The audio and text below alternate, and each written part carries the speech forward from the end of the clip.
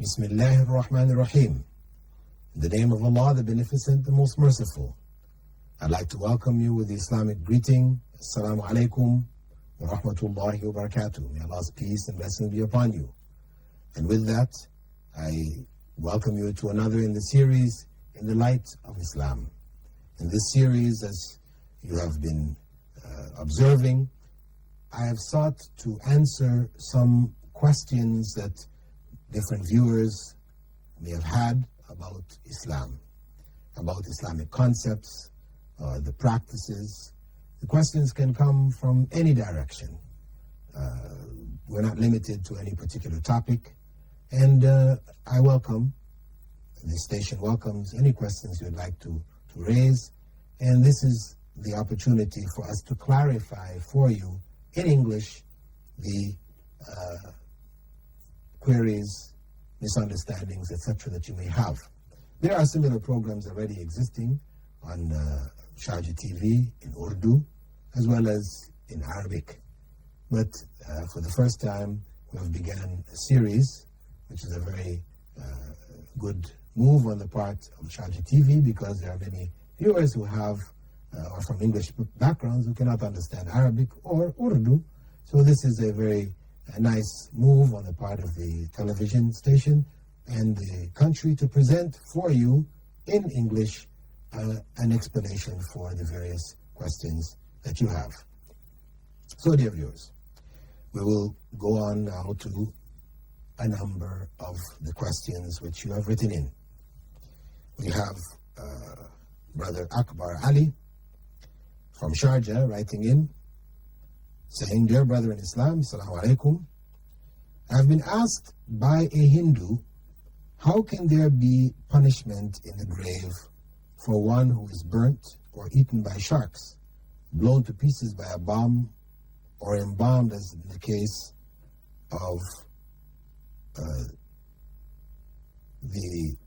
certain people, I guess, in the case of Walt Disney. I didn't know Walt Disney was embalmed. Anyway, and other rich Americans. Or we could say like the pharaohs, the pharaohs, the mummies, etc. How can there be punishment in the grave? The Prophet Muhammad, may God's peace and blessing be upon him, informed us that when a person dies, their soul is taken from their body. The angel of death takes that soul from the body, and the soul begins a journey into the next life. Part of that journey involves being questioned by other angels. Who is your Lord? Who is your God? Who did you worship? What was your religion? Who was the prophet who was sent to you?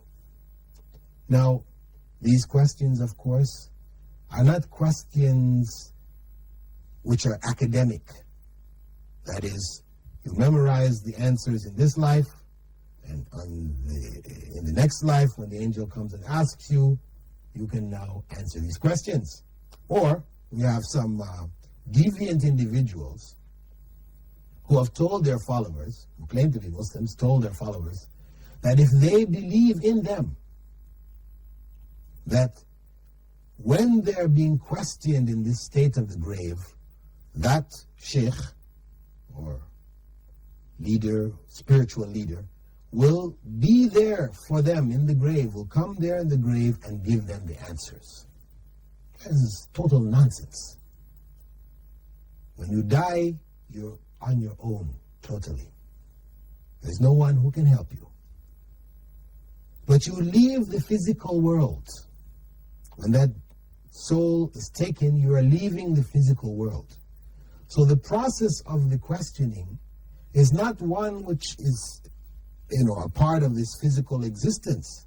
So the fact that when you died, your body was burnt, as in the case of Hindus, or, you fell off a ship, or your body was thrown overboard because you died on a ship, and the sharks came and ate your body, or you were blown to pieces by a terrorist, or something.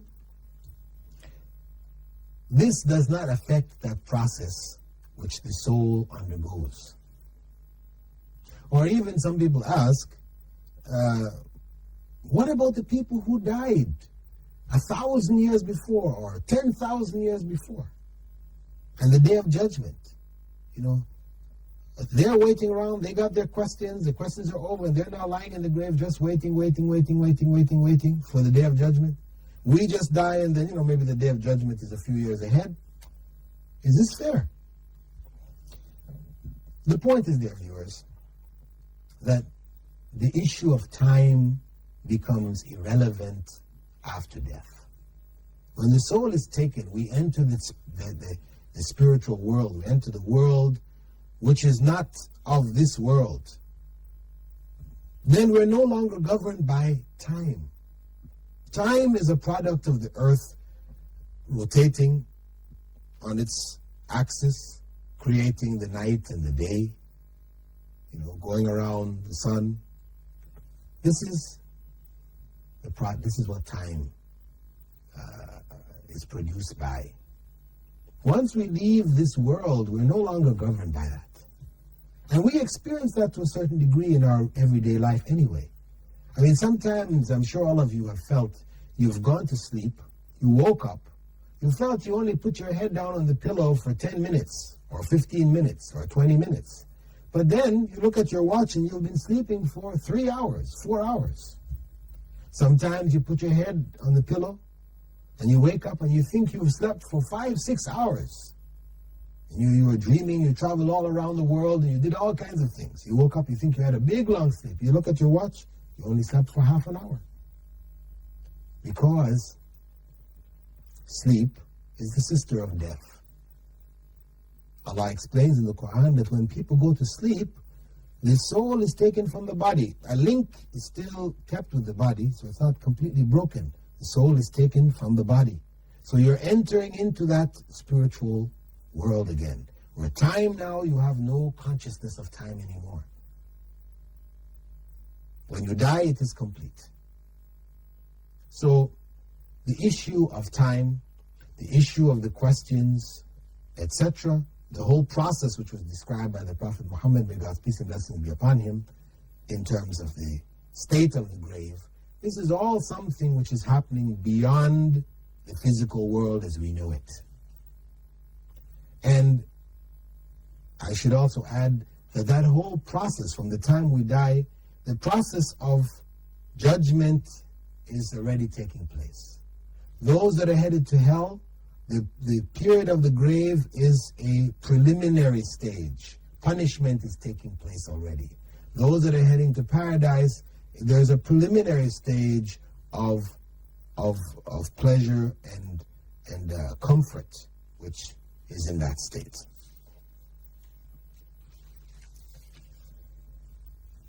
Another question by another viewer, Abdul Latif Abdullah from Dubai. He writes in, "Dear sir, there is a section of Muslims who believe Allah is everywhere.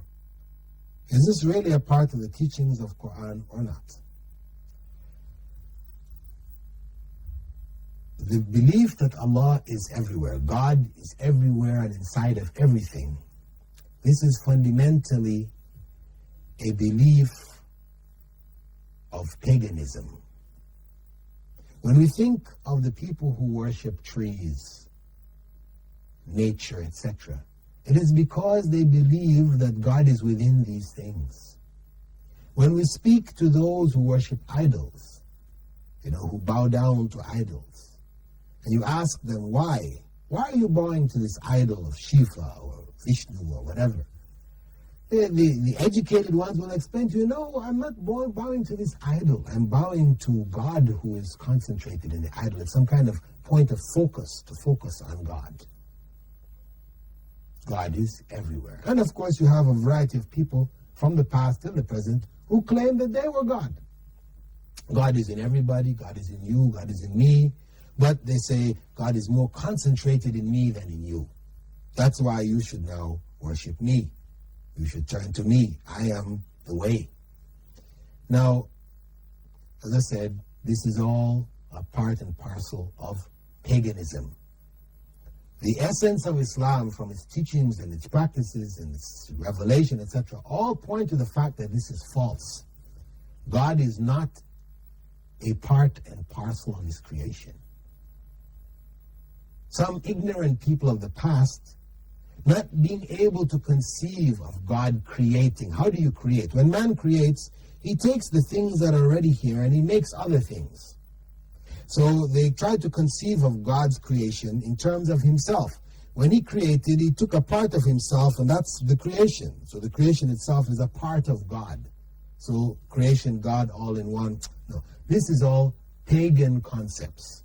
God the Creator is distinct and different from his creation.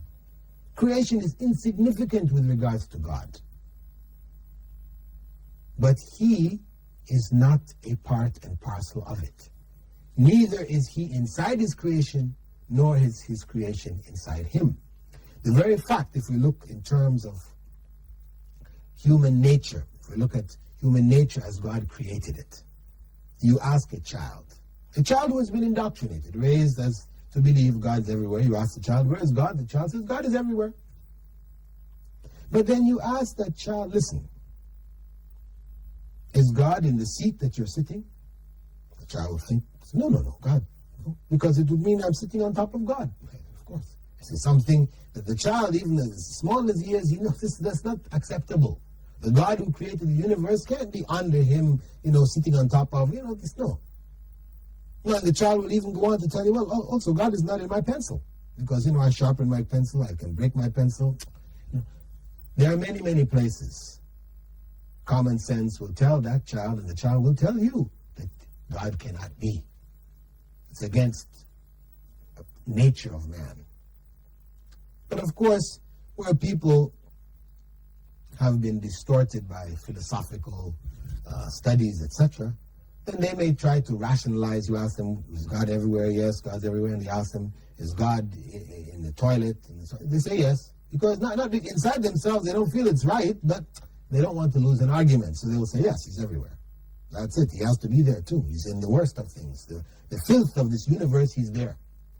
And of course, ultimately, for a Muslim to think, if God is inside you, and you go to hell, and you are punished in hell, well, God is also being punished in hell? No, it's nonsense. This is nonsensical. Furthermore, if we look in terms of the Muslim prayer, the method of prayer, we are forbidden to pray to anything in this creation. Objects, statues, people, nature. We're forbidden to pray to the creation.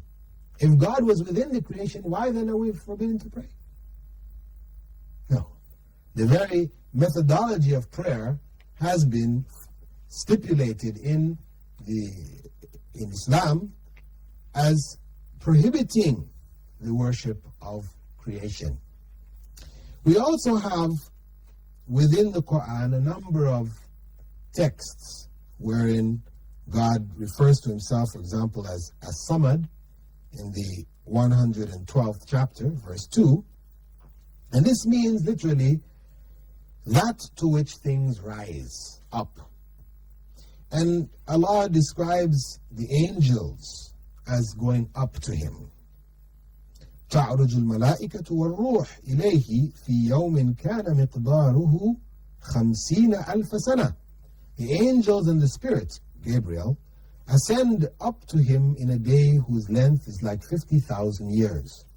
We see a number of references like this in the Quran about God being above. Even one of his attributes, names which he gives himself, Al-Ali, Al-A'la. All of these refer to one who is above, transcendent, above the creation. And we have